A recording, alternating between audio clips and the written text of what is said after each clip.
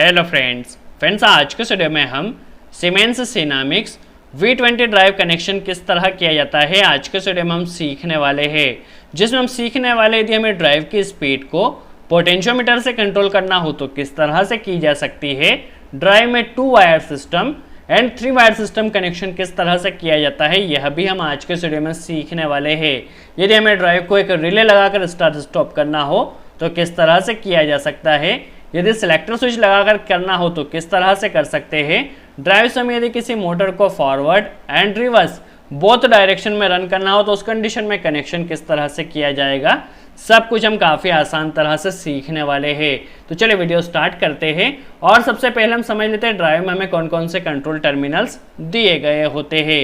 यदि हम control terminals की बात करें तो यहाँ पे आप ड्राइव को देख सकते हैं, ये इसके कंट्रोल टर्मिनल्स होते हैं, ये पावर टर्मिनल्स नीचे होते हैं।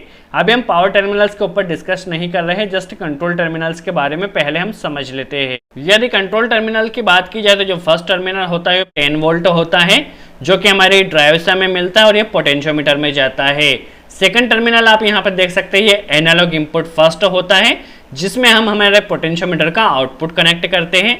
ये देखा जाए तो एनालॉग इनपुट सेकंड होता है, आप यहाँ पर देख सकते हैं एनालॉग इनपुट सेकंड है। इसके पास हमारे पास A01 होता है और यहाँ पर हमारे पास देखा जाए तो 0 वोल्ट होता है, जो कि हमारे पोटेंशियोमीटर को यहाँ से 0 वोल्ट जाता है। यहाँ पे पॉजिटिव P पॉजिटिव होता है और N नेगेटिव यहाँ पे हमें मिलता है। आप देख सकते हैं 2 टर्मिनल होते हैं। इसके पास यहाँ पे यदि देखा जाए तो यहाँ पे हमें डिजिटल इनपुट फर्स्ट मिलता है, जो कि फॉरवर्ड रोटेशन के लिए होता है। हमें ड्राइव के यदि फॉरवर्ड डायरेक्शन में रन करना हो तो डिजिटल इनपुट में हमें यहाँ पर कनेक्ट करना होता है।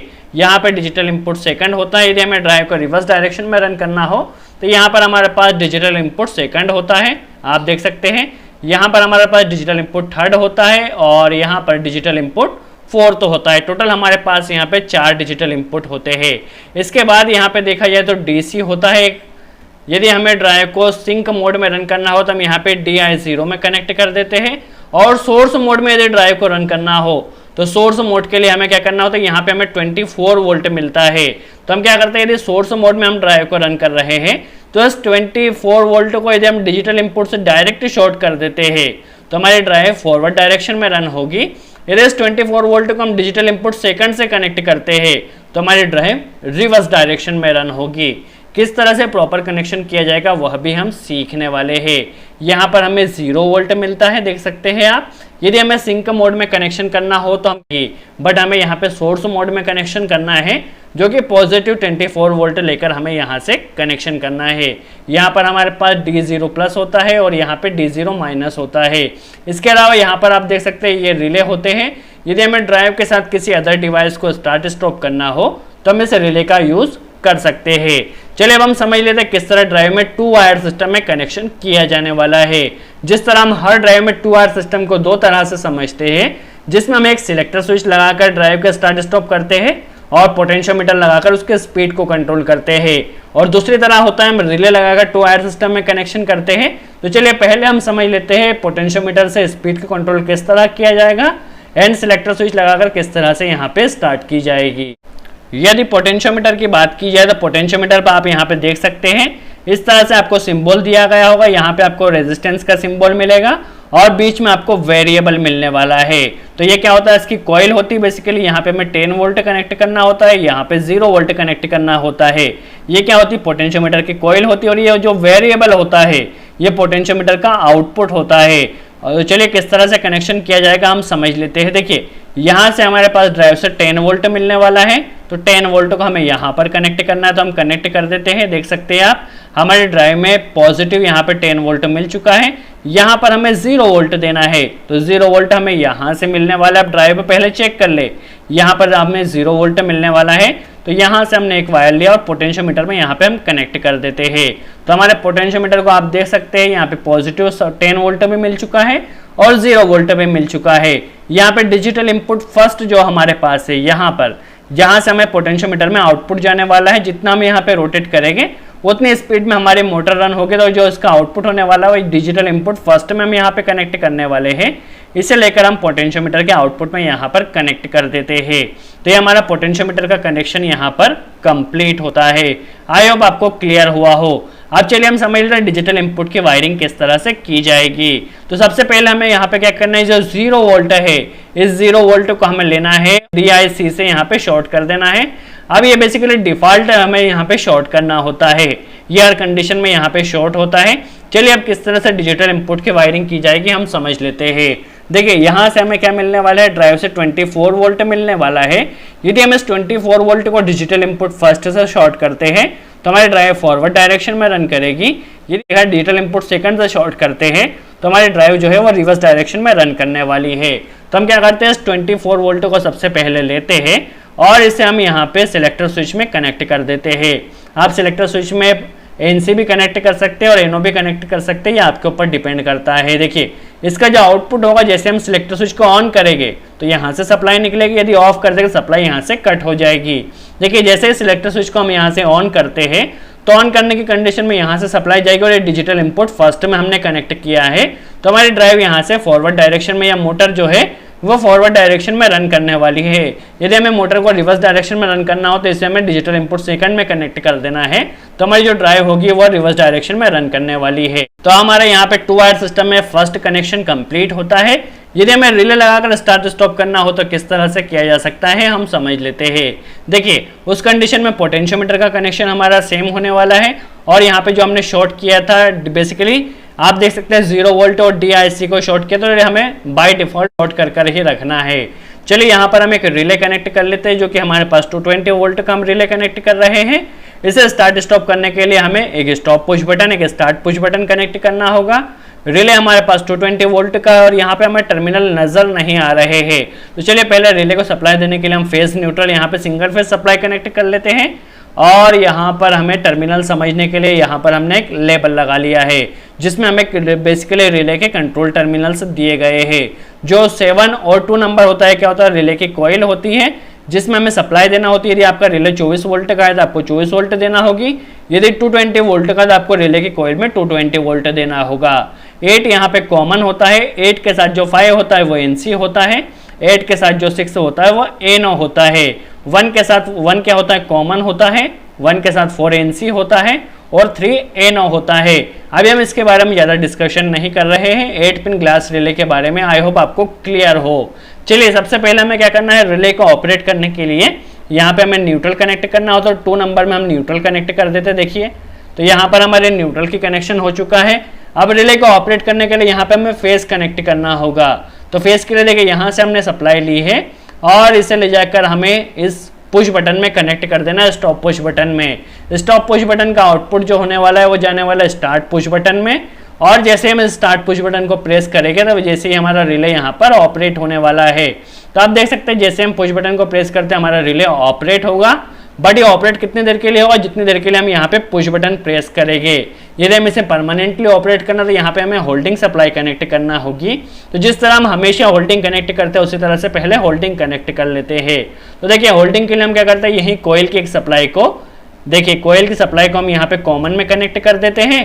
तो देखिए जैसे ही पुश बटन प्रेस हुआ तो यहाँ से सप्लाई हमारी कॉमन में आ जाएगी और यहाँ से हम डायरेक्ट कनेक्ट कर देते हैं एक सप्लाई को, होल्डिंग सप्लाई को। देखिए यहाँ पे डायरेक्ट सप्लाई आ रही है, जैसे ही हमारा पुश बटन प्रेस होगा सप्लाई यहाँ पे आएगी, यहाँ पे हमारा NO NC बनेगा और सप्लाई यहाँ से हमारा रिले परमानेंटली ऑपरेट हो जाएगा।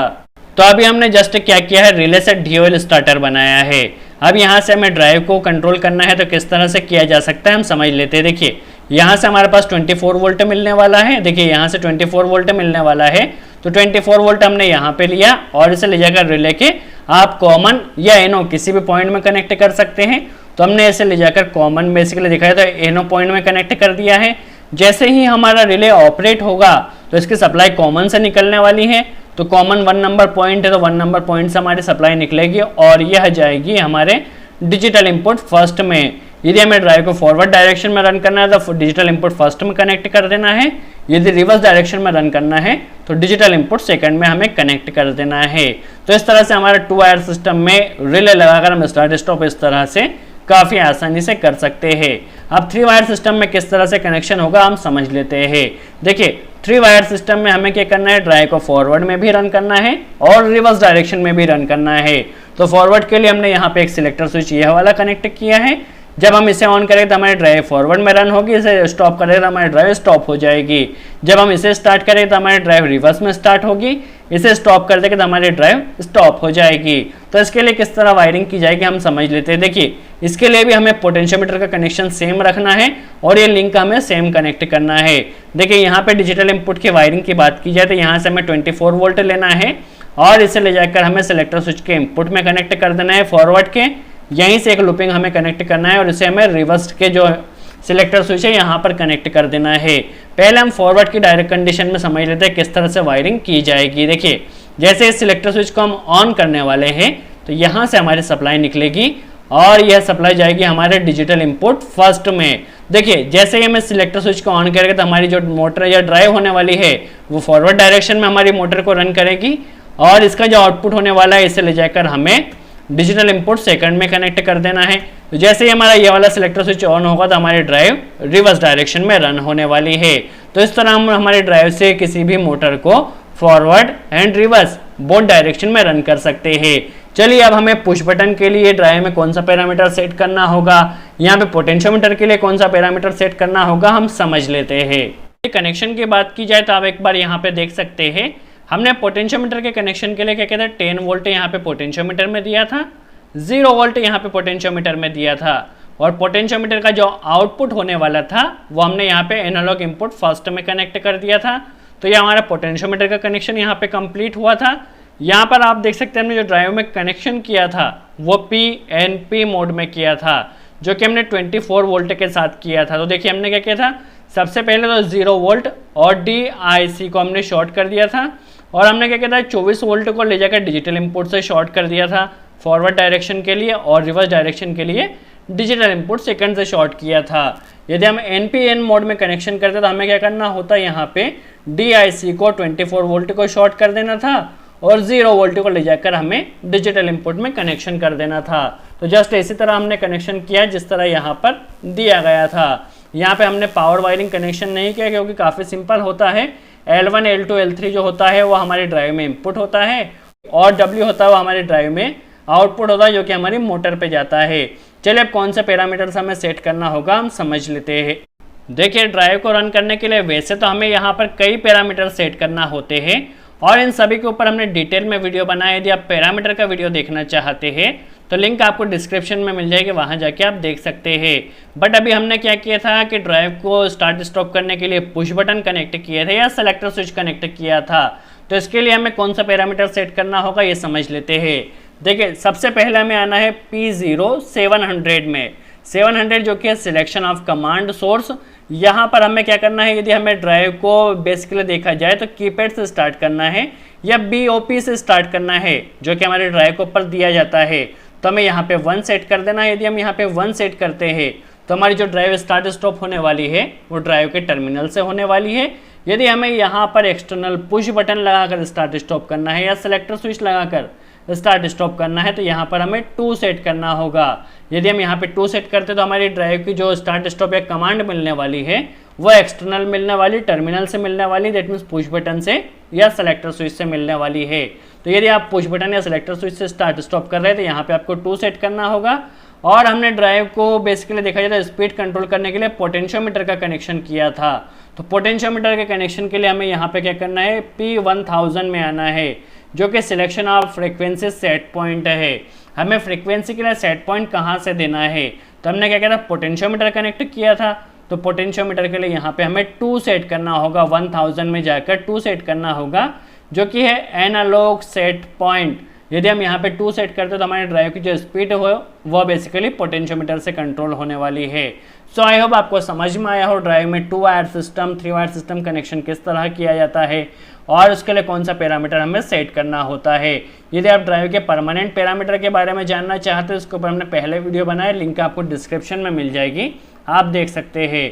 सो आई होप आपको वीडियो अच्छा लगा हो। यदि अच्छा लगा तो लाइक का बटन ज़रूर प्रेस करें। कोई डाउट हो तो कमेंट से मैं ज़रूर पूछें, हम पूरी कोशिश करें उसका जवाब दे सके।